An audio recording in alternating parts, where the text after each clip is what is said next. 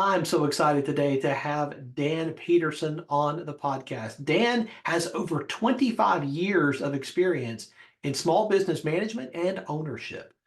Most recently, in 2012, he founded FlipSwitch Social Media, a nationally recognized award-winning social media agency that helps small to mid-sized businesses grow using the power of social media.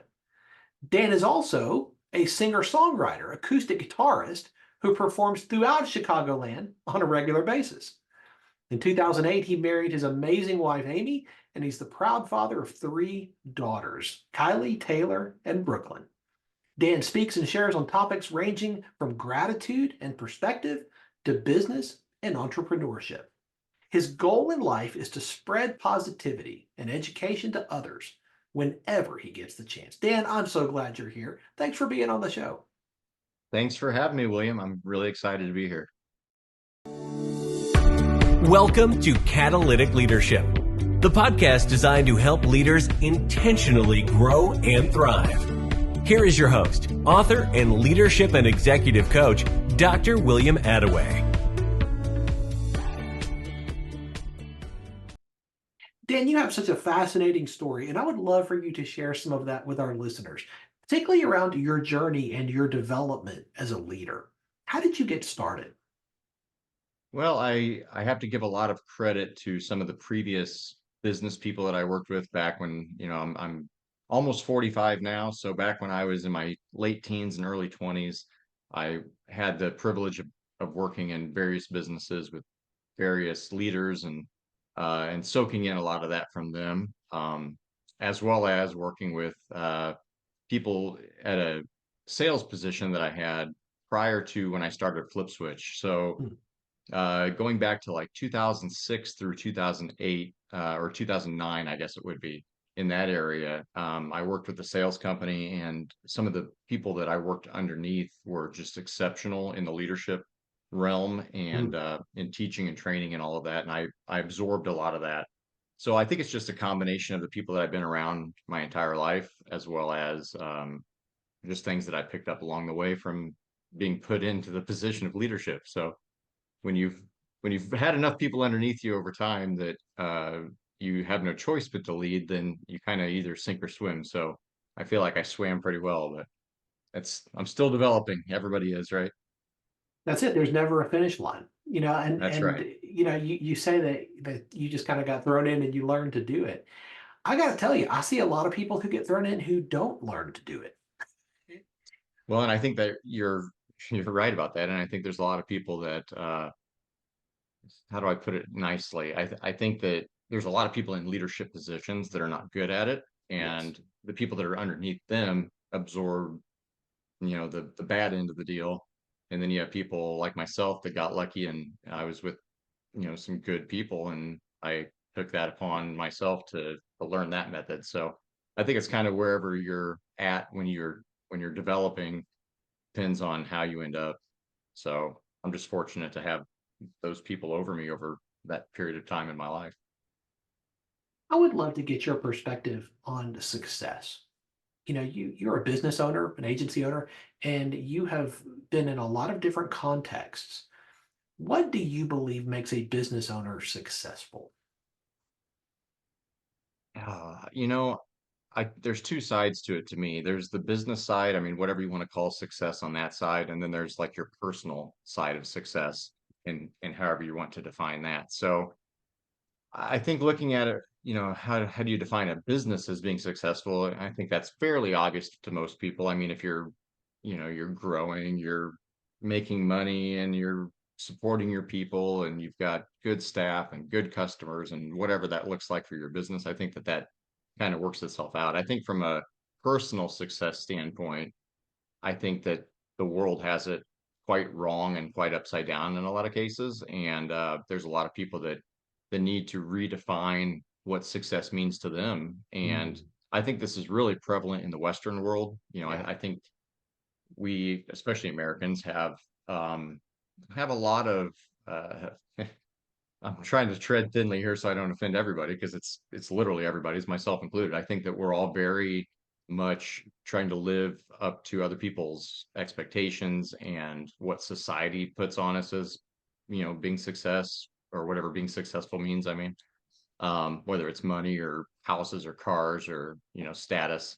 And I just think that that's just the wrong way to look at it. And Mm. it took me a long time. I mean, I'm still working on it myself, because as an entrepreneur, of course, I want the financial side that comes with it. But I think there's a lot of people that have really gone the route of um, trying to be something that they're not and trying to uh, define success as financial or status or whatever. So I define it personally as happy. If you're happy every day you wake up and you love what you do or love the people you do it for, then I think that you have a level of success that it supersedes the financial side of things. Mm. I love that. I particularly like your phrase there when you love the people that you do it for. Yeah, I think that there's, you know, always days at work when you don't love what you do. I mean, Yeah. I I like what I do, but there's days when I'm like, man, this is rough. So I think that keeping things in perspective is one thing. I mean, every day you wake up and the people around you are healthy and you're healthy, that says a lot. That makes it pretty easy to not be in a bad mood or be stressed about work. Yeah. But everybody's human and we all have those stressors and things that cause us to have bad days. So when you can put things in perspective from that mindset, I think that it helps a lot. But yeah, doing things for the people that you love and that you want to do it for makes anything palatable. The worst days aren't so bad when you're not doing it all for yourself. So I Yeah. got, like you said, 3 kids and a wife, and that's that's who I'm doing it for, way more than myself. So makes it a lot easier. You specialize in social media.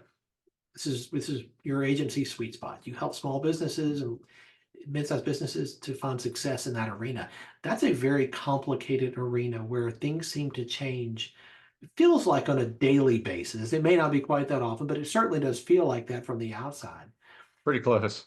I mean, looking at that field, like, is this a passion area for you? Is this something that you just were drawn toward or drawn into? Yeah, yeah, I think so. I tell this story almost probably on almost every podcast I'm on. That I grew up in a small town with um, the full family. I mean, parents, grandparents, aunts, uncles, all running businesses. So I had that small business background, Mm. and when I started Flip Switch, it was out of two things. One, seeing a need. They always say like if you fill a need, then you have a viable business. So one thing was seeing the need. There were small businesses, and this is going back now almost 12 years, and to the early days of social media and early days of web design still. I Mm. mean, Yeah. there were still a lot of websites. I mean, even to this day, a lot of websites aren't good. But back Yeah. then, they were really bad. So Mm. it was seeing that need that small businesses, needed help in that area and filling it. But it was also a passion point from having a family that was small business owners, and I know what goes into that, and I know how Yeah. hard it is to market and grow a business with limited budgets. So when I started Flip Switch, it was done out of a need, but also doing it at a price point and to this day, doing it at a price point that almost every business can afford, Wow. versus a lot of agencies where it's thousands of dollars a month and they can't even come close to affording that. So yeah, it's a two-part thing for me. So when you're talking to a potential customer or potential client, like, where do you start? Because I mean, social media is a very large landscape, right? And they're all so different. I mean, TikTok users are different than LinkedIn users, for instance. I mean, where do you Yep. start when you're talking with someone about, hey, I haven't really jumped into this pool yet. Where do I begin? Yeah, for the ones that are really early in it still, that haven't, I mean, we still come across businesses that haven't even created a Facebook page or an Instagram profile.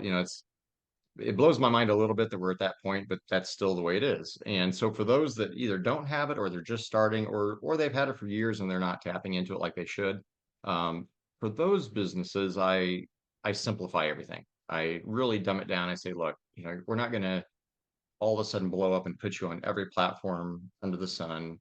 because you haven't conquered the first two that are the most important. And in most cases, that I would say that that's either Facebook and Instagram or Facebook and LinkedIn, depending on which type of business it is. But so many businesses, even the ones that have been on these platforms for years, just don't do nearly enough. I mean, even my agency doesn't do enough. We don't post nearly enough because, of course, we're doing it for everybody else. It's shoemaker whose kids have no shoes type of thing. That's right. That's right.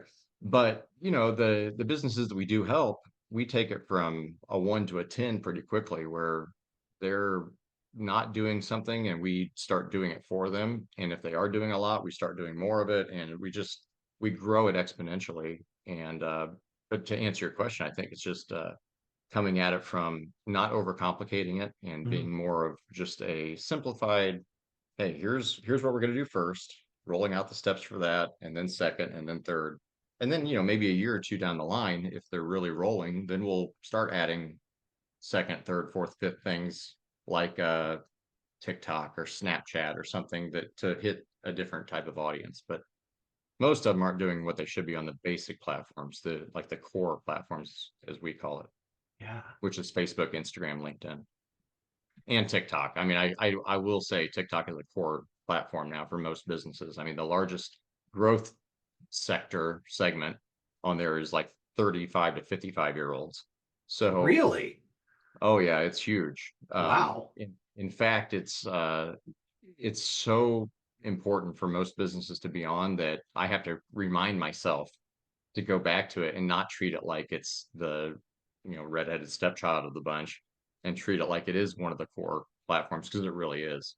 And Mhm. it changed everything when they the short form video, that we call it the TikTokification of social media. I mean, when they started that, it just everybody did it. And you saw Facebook get reels, and Instagram got reels, and uh, it's yeah. So, and YouTube has shorts, so Yeah. everybody's doing it. But yeah, it's just something that I think each business has their own what do I want to say, like their own target demographic, and they have to play within that first and get good at that before they try to do everything all at once. Yeah.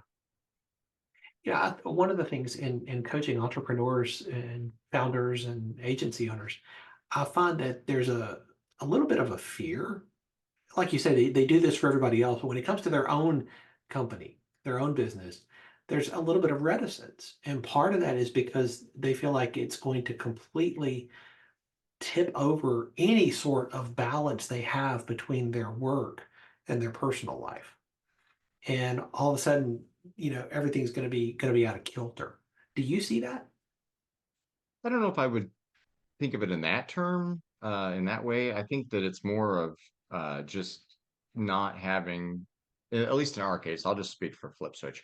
Yeah. We are we're growing at such an exponential rate. Even I mean, we always have grown well, but like in the last couple of years, I'd almost say since like COVID, really, like since that time frame, we just took off. I don't know what the difference was or what happened right around there, but um, we just blew up. And so I started being kind of the face of the business back around that same time. And instead of trying to make everything this polished, perfect content, because we don't tell our clients to do that. Right. So why would we do it? But that's what we were doing. And instead, I stepped in front of the camera and just started shooting videos left and right and doing a bunch of stuff that uh, was just trying to educate people and talk on the topics that I Mhm. know something about, which in this Yeah. case, we're talking about is social media and marketing and that. So when I did that, then things really took off exponentially. So um, I think that the problem is for us as an agency to create that kind of content. It's more of it's a time suck for us that because we've grown so fast and we're continually bringing on clients. I mean, almost every day we bring on somebody. Wow. So it's such a fast rate that I don't want to screw that up Yeah. and tell anybody, delegate anything for Flip Switch specifically. Now, I mean, I am at a point right now where I think I'm going to probably have to just bring somebody on just for Flip Switch's content so that we can actually grow that side, because we're, like I said, we don't do enough of it. But I certainly can't task any of our people with it. And I'm running this and two other companies I'm involved with and stuff. So it's a lot. So I'm not really doing a good job myself either. But Hmm. and I always tell, like to your previous point about what do you tell businesses and how do you help them? I can really relate because not only am I an agency owner, but I do have my hands in other businesses and I grew up in it as well. And I know the struggle. So I know what it takes to do it right. And Yeah. if we're not doing it well for ourselves, then I darn well know that the businesses we're helping aren't doing a good job. So I can speak to that fairly clearly and say, look, I get it. But yeah, it's tough. It's a lot of time to do it right. We talked earlier about you have three daughters, and I have two daughters myself. And that's, being a parent, being a father is a very specific and unique role that we have in addition to being business owners. When you're talking about social media, it feels like this is an area that is rife with landmines when it comes to our kids. Hmm. You specialize in this, and I would love to hear your thoughts on this. How do parents handle this? How do they handle the good and the bad of social media when, again, it seems to change all the time? Yeah, it's I don't even know if I have a good answer for you. I mean, I'll give you my answer because I get asked this all the time, of course, being in this industry. But it is it's something that I think you have to regulate fairly well. Like I'm not gonna well, and I didn't let my kids on most social media, even to this day. Right now they're 14, 12, and 5. Hmm. And the 14 and 12-year-olds have some limited stuff. Like the 14-year-old has Instagram and Snapchat, but really only Snapchat because that's the only way that her and her friends and the groups that she's a part of communicate. They don't Yeah, text. yeah, So she was being left out and literally didn't know what was going on in certain cases and was missing things. So we had to pull the trigger and say, all right, you can have it. But that's the one that I hate the most because the stuff disappears, and yeah, it just makes it that much harder to monitor it. But I think that you do have to stay on top of it from that standpoint. And part B of that same standpoint is that I think parents need to be using some of these platforms themselves and yeah, educating themselves on it. And I don't think me, being in my 40s, I don't think people that didn't grow up with it, like my generation yeah, and older, especially, even, yeah, mid 30s, some things parents, I mean, we didn't really grow up with it. So I think that you have to step into it and start doing it yeah, and educating yourself from an actual user standpoint. That's the first part. The second part is, and probably more importantly, you just have to try to raise your kids with a good head on their shoulders and be honest with them too, and not try to act like it's something it's not. I mean, I especially with my 14-year-old, we've talked many times about some of the stuff that is going on and what she's probably going to see and be exposed to and all of that. Which ironically, she'll always come back to me and be like, "Dad, it's way worse in school. Like the stuff I'm seeing and hearing in school is 10 times worse than anything I'm seeing online." And I'm like, wow. "Yeah, you're probably right." Hmm. But the thing is like in school, it's real life type of stuff. Right. The social media side of it is fake or has the potential to be fake and be predatory or be, like all these different things that it could be. So Yeah, just making sure that they understand that there's a lot of bad actors yeah. out there that would be happy to get the attention of some 12, 13, 14-year-old girls and just making sure that they understand that and don't hide behind anything. That's really good advice. And my girls my older one will be 20 this year, and my younger one will be 17. Um, and So you're almost navigating, through yeah, it. well, in a different phase. How about Yeah, that? you're on the back end of it. In a different phase, and you're spot on. Like hopping on, it forced me to get on Instagram, which is something I Mhm. had really not done. But I thought, no way, I'm sending you into the Wild West and not at least hopping up on a horse myself and starting to walk through the Yep. town. Like I've got to figure out how this works. So much of what I do, my business is on LinkedIn, which they have no interest in, right? But I've got to go Right. where they are and help at least be somewhat of an informed guide. So I Yeah. love that advice. I think that's brilliant.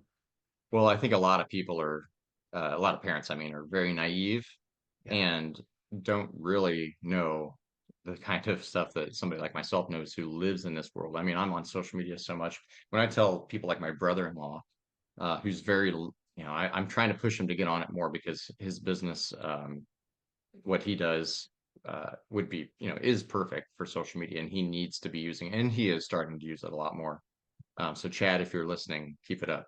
But the but the how do I say it? Like just the lack of use by a lot of parents, and then the naivete that comes with that, with people um, not thinking that it's going to affect their kid or not going to enter their life or their sphere, somehow, is just, it's stupid, because it absolutely is going to. Yes. At some point, if you're on social media, you're going to see, hear, think, do something that is going to be probably not ideal. So So you good. might as well just be in it Hmm. and learn the best you can instead of trying to hide behind it. I mean, Hmm. I don't use Snapchat, but I have an account so that Yeah. I can get in there and see and do things. And Yeah. um, probably don't do it enough, but I try. And when Be Real came out, I got an account. Part of it's to learn. Me I too. mean, you Yeah. know, for business purposes, I want to see if it's something that our clients are going to use or I could use. And then the other part of it is also just parenting aspect. But Hmm. yeah, there's no good answer though. I don't have like a magic wand or a crystal ball. I wish I did, but you just have to do the best you can.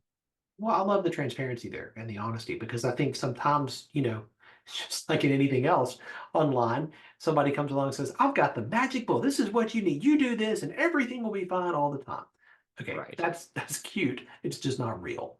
Right. It goes back to like, so when my kids were a little bit younger, we got them one of those Gab phones, Hmm. GABB. Hmm. So it's an introductory phone, doesn't have apps. They can't be on social media on it, Hmm. but it lets them learn responsibility of Nice. not losing it or breaking it Yeah. before you give them $1,000 iPhone or I'm whatever. about to say, you don't start with the iPhone.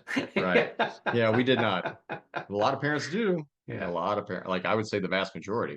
And that's Wow. fine. I don't judge. That's the other thing. I don't judge other parents on what they do, really. I mean, to the a small percentage I do, I guess you would say. Like I look at it knowing what I know, it's hard not to, I guess. So like Yeah. when I'm seeing stuff that they have no clue is happening, Yeah. and I can't possibly tell everybody, but inside I'm like, oh, if you just knew like how bad it is for your 9-year-old or 10-year-old to have an iPhone. And it's just like you just Wow. don't get it. Because but anyway, that's a different subject. But going back to what I was saying, like the Gab phone and those types of things, we started with that. But it's not a magic wand. It's not something that ended up working out because they needed the extra functionality and capabilities that a regular phone has. So you end up having to take the leap and get him something else. So now you got a different conversation to have. Now you got to tell them like you can't download all these apps, you can't be on it, you can't create accounts, you can't shop on Amazon. I mean, my 12-year-old loves to get in my wife's Amazon account and load up the shopping cart. I don't think she's cashed too much out yet, but it's like, man, I didn't know anything about that stuff. Right. So Exactly. you just gotta kind of take it one step at a time, I think, and just understand that there's going to be mistakes made on both sides, you and the kids, and just be honest with them and try to build a relationship that supersedes the digital relationship that they're going to be a part of, meaning like their relationship with social media.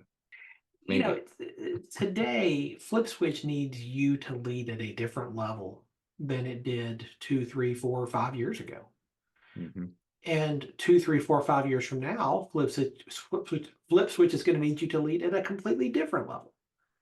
What are you doing to up your leadership game? What are you doing to develop the skills that you're going to need in the days and years ahead? My biggest struggle has always been delegation.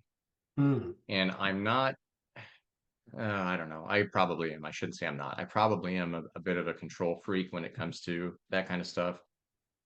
A lot of times it's harder for me to teach somebody to do something than for me to just do it myself. But of Oh, course, that's not scalable. right. to scale, you have to be able to delegate. You have to be able to rely on other people to do it, even if it's some of the minutia and some of the little things that are on a day-to-day basis. I think that that's one thing that I really struggle with. I mean, even like going back to the early days, when I tried to get my wife involved, and I'm like, hey, you could help me. You could do this administrative stuff. You could do this or that. And we just don't work well together because I am bad at delegating. And then by the time I'm done talking to her, I'm already doing half of it myself. And then she gets frustrated and it's like, all right. So that wasn't good for our relationship. So we never did that, which is fine. Yeah. And I think a lot of entrepreneurs probably can relate to what I'm saying in that regard, where spousal stuff is just not sometimes great for working environments. Yeah. But delegation is one thing. And then the other thing I think is that I've really actually, it's funny we're talking about this, I'm really looking into as we speak, is looking into getting a virtual assistant Mhm. or somebody that can offload that minutia, that Yes. all the day-to-day mundane crap that I have to do that takes up time.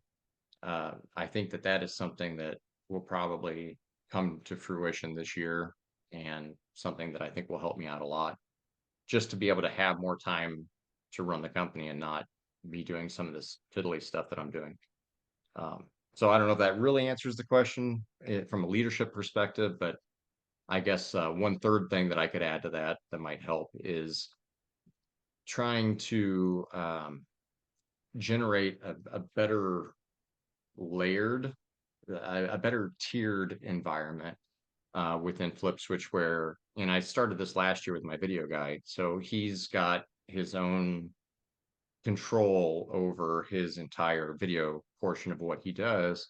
Mm. And he basically gives the quotes to the client, runs it by me first for feedback, but like I'm not doing that. He did, whereas before it was, hey, can you look this over and give me a price that you think we should charge? And it's like, Mm. you're the one running the show.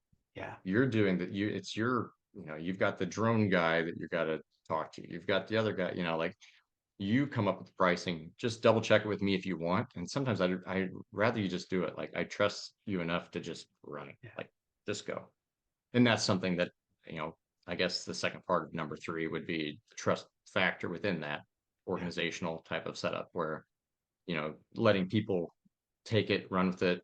And if something happens and, we got to change it down the road, then so be it. But I'd rather fail my way up that ladder than try to control everything and have, you see what I'm saying? Like, Yeah. instead of trying to control it all myself, let people do what they're supposed to do and what they do best.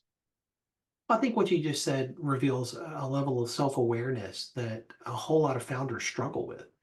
When I'm coaching founders, typically I'll say, hey, what are some areas that you really want to focus on during our engagement? And one of the things that's almost invariable is delegation.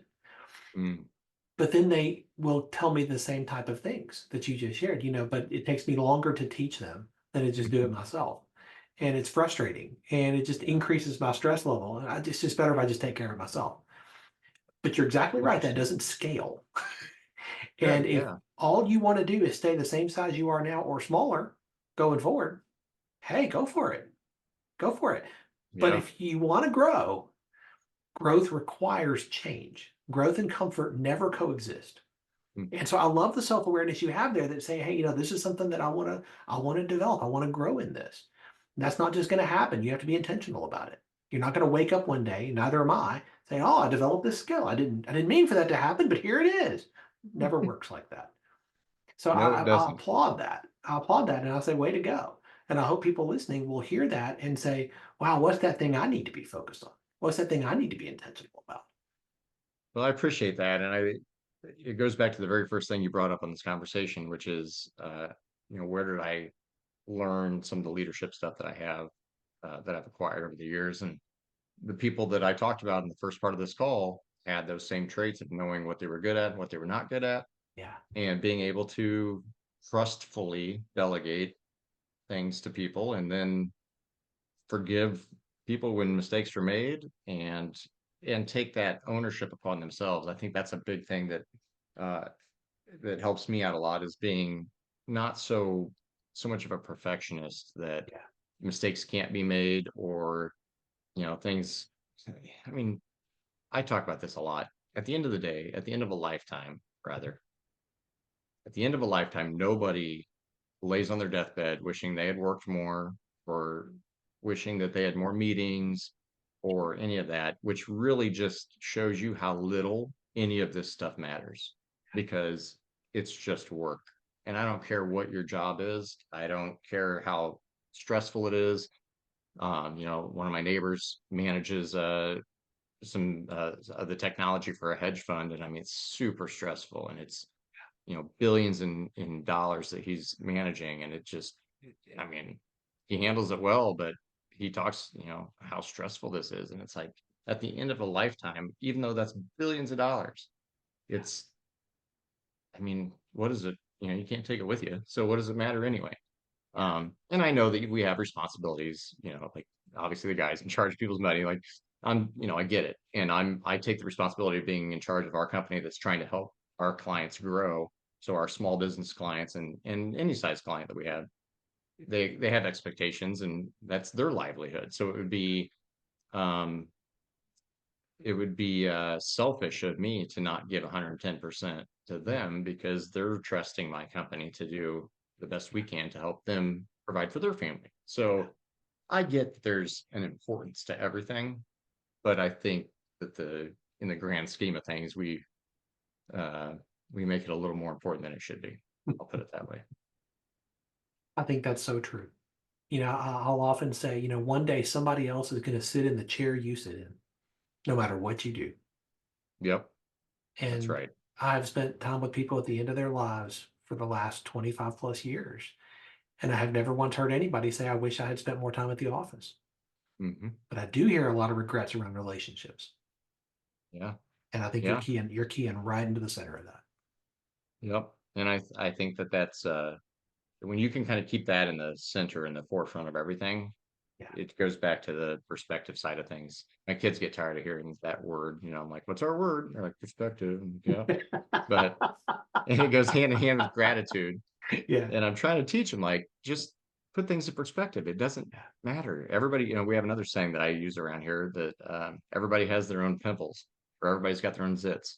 That's right. Like when you're literally going to school worried about a pimple on your face and that controls your mind for that day, and Yeah. you pass 50 kids in the hallway that are all worried about their own zit or their own thing in their family or that test coming up or whatever's going on. That's right. The only people that are going to affect you in that relationship, I guess you would say, is people that are miserable themselves Mhm. and who demonstrate that through whatever it is, bullying or just being rude or dismissive or whatever it comes down to.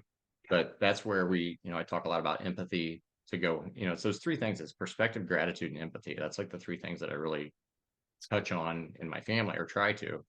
And I don't know if it's getting through to them or not. It's too soon to tell, I think, but I'm hoping that someday when they look back on it, they'll be like, Yeah. oh yeah, I get it, That's really good. but I don't think it's going to hit until they're a little older at least. And maybe, maybe I'm wrong. Maybe it's hitting now. I don't know, but I hope someday it registers with them. I hope so too for mine. Yeah. Well, yeah, I'm sure I can just tell by talking to you. I'm sure you did a good job because I can just get the vibe from you. But yeah, we'll see what The happens. proof's in the tasting, as they say, right? That's right. We will see. We will see. I think some of the people listening to him might be looking at you or listening to you and saying, wow, like he's just success all the way. Like his journey's just been up and to the right all along. Yeah. He's never dealt with the challenges I deal with. He's never struggled like I've struggled. Is there anything you'd like to Mm, say to yeah, that is 100% incorrect. that? Look, I mean, I'm not going to sit here and lie and say that I haven't lived a very blessed life. I mean, I got great family, great parents, great everybody, and haven't had a lot of bad things happen in my life. Haven't had a lot of loss, a lot of sickness. Like, I mean, there's a billion people out there, probably several billion people out there in this world right now that have every one of those things going on. They Yeah. just lost somebody, and somebody has cancer, and somebody's this, like, Yeah. so I have nothing to complain about when it comes to that. And Hmm.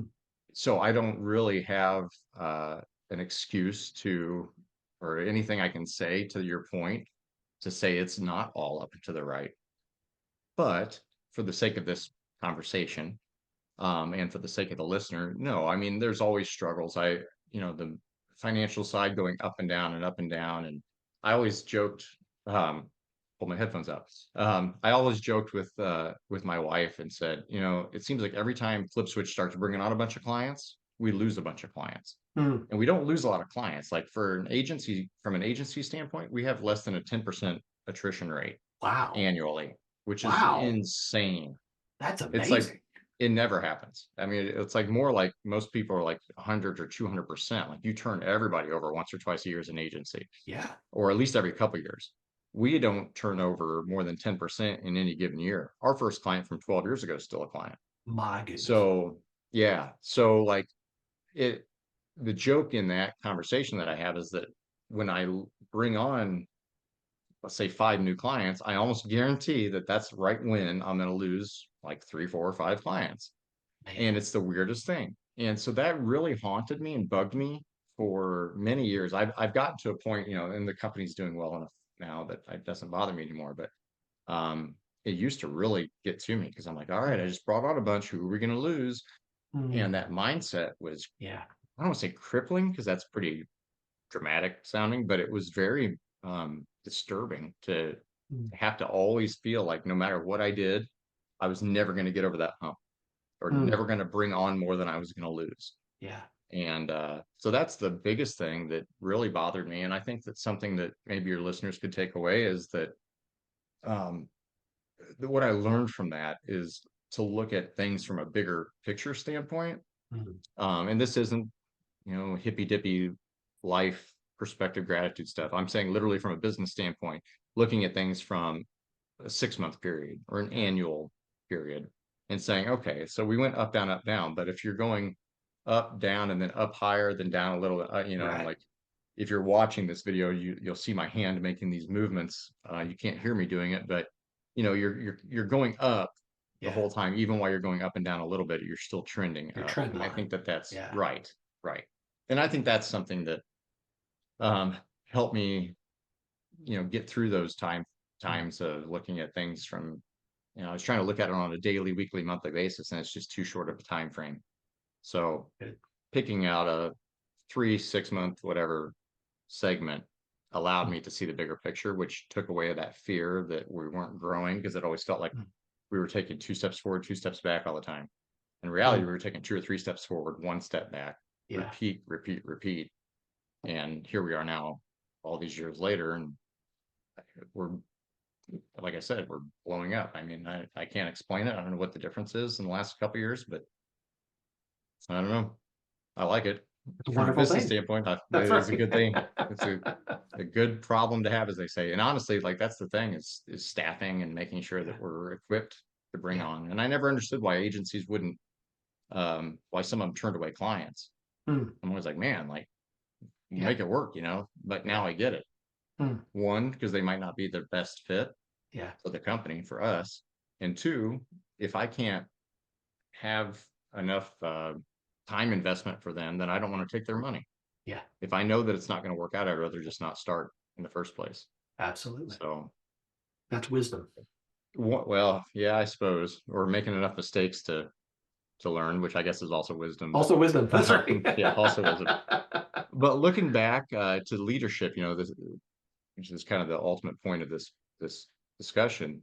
I think that one of the things that I've probably learned and need to still continually improve on from a leadership standpoint um, is understanding where Flip Switch, in this case for this discussion, where it stands as a company, and understanding how do I put it? Understanding that we're going to do what we need to do for the clients that we need to help. And it's okay to not bring on every client. It's Mhm. okay to fire clients occasionally, which I just had to do. I do a few times a year. I don't like doing it, but Yeah. it's better for them and better for us in the long run. Yeah. And just having the wisdom, I guess you would say, to know what to do in those situations. Yeah. And from that leadership perspective, I think I have really grown in the last 4 or 5 years. It took me at least the first 5, 6 years of running this company to get to a point mentally and financially where I didn't feel like I needed all the clients and I could get rid of them if I didn't need them or they weren't cooperating or didn't, like some business owners are not good business owners. They, Yeah. and they're not good clients for us if they're not a good business owner. Yeah. I used to have hanging on my wall, I used to have a thing that said, we can't care more than our clients. Ooh, that's And good. that is something as an agency, I think any agency owner especially can relate to that. I think it's when we're begging people to help us with content or we're begging people to do this or that and they don't get back to us, and it's like, all right, it's your business. If you don't care, we can't care more than you. So just those little wisdom infused moments where it's you know something that we can look back, or I can look back on and say, hey, that's where I really grew in ownership, leadership, and so on. Hmm. I think that's kind of something that I started to realize in the last couple of years, that first 5 years compared to the last 5, 6 years is totally different. So much wisdom there, Dan. I love that. Well, thank you. I'm trying my best, and I don't claim to be good at anything, but I just try to speak truth to my situation and hope that it helps somebody else. And that's the point of this show, so that we can all learn from other people's experiences and maybe avoid some of the ditches they've driven into, so we don't have to Yes, drive into them too. 100%. I like that. You're a continual learner, and you've alluded to that a number of times in this conversation. I'm curious, is there a book that has made a big difference in your journey that you would recommend to other leaders that they put on their to read list? Oh man, I got asked this a couple weeks ago on a show, and I don't really have a great answer for it. I don't read nearly as much as I used to. I'll put it that way. I watch a lot of stuff on YouTube, and I just try to absorb Mhm. things from Sure. every angle I can, and try to pull 10% of each thing and add it to my list of my own journey and growth. But yeah, like uh, it- I don't know. I've started reading Atomic Habits, Oh, it's a great just book. getting Yeah. into it. Yeah, everybody's bragged about it for so long, and again, like I don't read enough, so I just started getting into that. And I watch stuff from everybody from like The Diary of a CEO. Mhm. I love that Yeah. that show. Um, I watch stuff from like Alex Hormozy and Mhm. stuff for the sales kind of, but he's very financial Mhm. sales driven, and I'm much now in my quote unquote older years. I am Yeah. much more happiness driven, Yeah. and I think he is too. It's just different presentation of that. Absolutely. But like, I just absorb as much as I can from every angle. So I don't really have a good answer for a book for you though. Sorry, William. That's okay. I think this is a great illustration that not everybody learns through a written word. Hmm. There's so many ways to learn. I listen to podcasts, I watch YouTube videos, right? I go to conferences, I read books. There's so many different ways to absorb. And like you, what I call it is I eat the fish and I leave the bones, right? There's always fish. You just got to Yeah. be teachable. You got to be open to it and listen. And if you learn to absorb what you can take away from, maybe it is just 10% of what you hear, but that's Right. 10% more than you had 10 minutes ago. Right. And it adds up quickly. Yes, You it know. does. I mean, over time, the more you can absorb from people that whether you respect them, admire them, uh, envy their level of success, or whatever it is that drives you. I think there's a lot of good shows out there, good podcasts and things like that that can really help a lot of people. And I don't want to say that we're getting away from books as a society, because I don't. I think there's a resurgence actually, and I Yeah. actually think I read something about there being a resurgence in that area of people reading books. But I mean, my sister-in-law reads a book every couple days Yeah. all year long. Like she'll read a couple hundred books. I'm like, I don't even know how you have the time to do. Like I wouldn't. I can barely read one book. You know what I Mhm. mean? And my Yeah. attention span, because of social media, because I'm so digitized, which is a whole nother conversation about kids in that area too. But Yeah. I'm so instant gratification, be able to look at my phone, see something, get that a really hard time sitting down and just reading Yeah. like I used to. So for better or worse, I guess I can absorb a lot more information quickly through digital, but I sure have lost a lot of um, my capacity for attention to things like the written word, Mm. which is kind of sad, but it is just, again, I'm just being honest. That's just the way Yeah, it is. that's it. People are often going to walk away from an episode like this with one big idea. If you could define what you want the one big idea to be that people walk away with, what would you say? I'm going to split this in two parts. So if it's a person that doesn't own a business or Mhm. is not in a leadership role, maybe they're an employee at their job or whatever it could be, they're not leadership, which I would argue everybody has a leadership role, right? Yeah. Like, Yeah. I mean, whether it's your family, your friends, your business, whatever, everybody has people that look up to them or had the potential to look up to them. But I would say the big idea for that is to find whatever that passion is, find Mm. whatever that driver is, Mm. and move your life in that direction. Because if you're not a business owner, for example, if you don't have a management role at work or an actual defined leadership position, Mhm. you need to find where you are a leader in Mm. your life and who you are technically leading without maybe knowing it. Yeah. Whether it, again, it's your kids, your wife, your family, like whatever, find those people and work to develop yourself in that area. Mm. So again, become the leader that you might not realize that you already are. And it could be that you're not a good leader either. Like you might be having a negative impact on those people that are looking up to you or following you. And I mean, heaven knows I've, got a lot of room to work on that in my own life. And I think we all do. 100%. When you really, when you drill down. But so that's one thing. And then for the people that are business owners, are leaders, are managers, have teams, whatever you want to call it, I think that they, my advice to them, my big point would be to um, not be so business driven that you forget about the people that you're leading. Yeah. Because I know from my years of working with people and for people back in the day, that was the biggest thing that I think the world's changing in that area now, but back, just 15, 20, 30 years ago, it was not at all.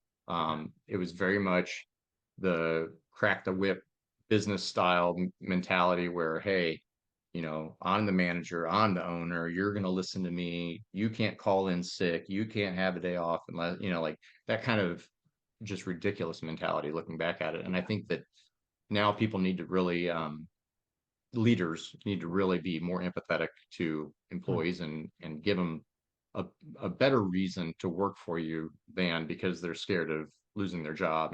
And this is coming at a time when artificial intelligence is going to disrupt, potentially they're saying 100 million jobs in the next 3 to 5 years.